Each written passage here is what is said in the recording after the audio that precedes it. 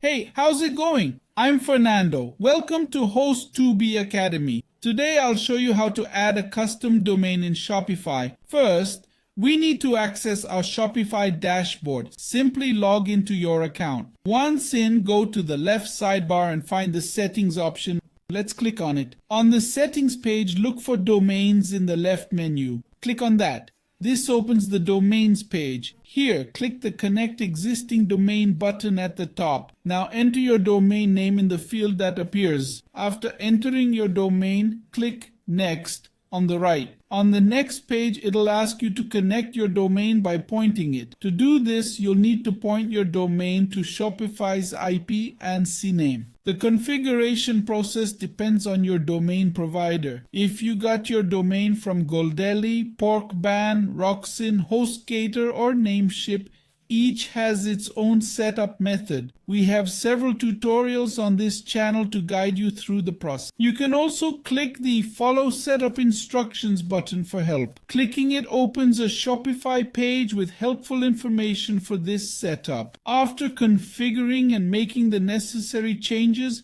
click Verify Connection on the right. I won't teach you this setup, as it depends on your provider. On our HostTube channel, we have tutorials showing how to do this. So do this setup and click the Check Connection button. With correct settings, checking the domain will redirect and work. If you see SSL pending, just wait. The SSL cert will install soon and the message will disappear. All you need to do is wait. It may take hours, but the SSL message will go away. No need to worry about it. After waiting and reloading, the SL message will be gone. You've now added your domain to your Shopify store. Accessing your domain will open your Shopify store as set up. I hope this video helped.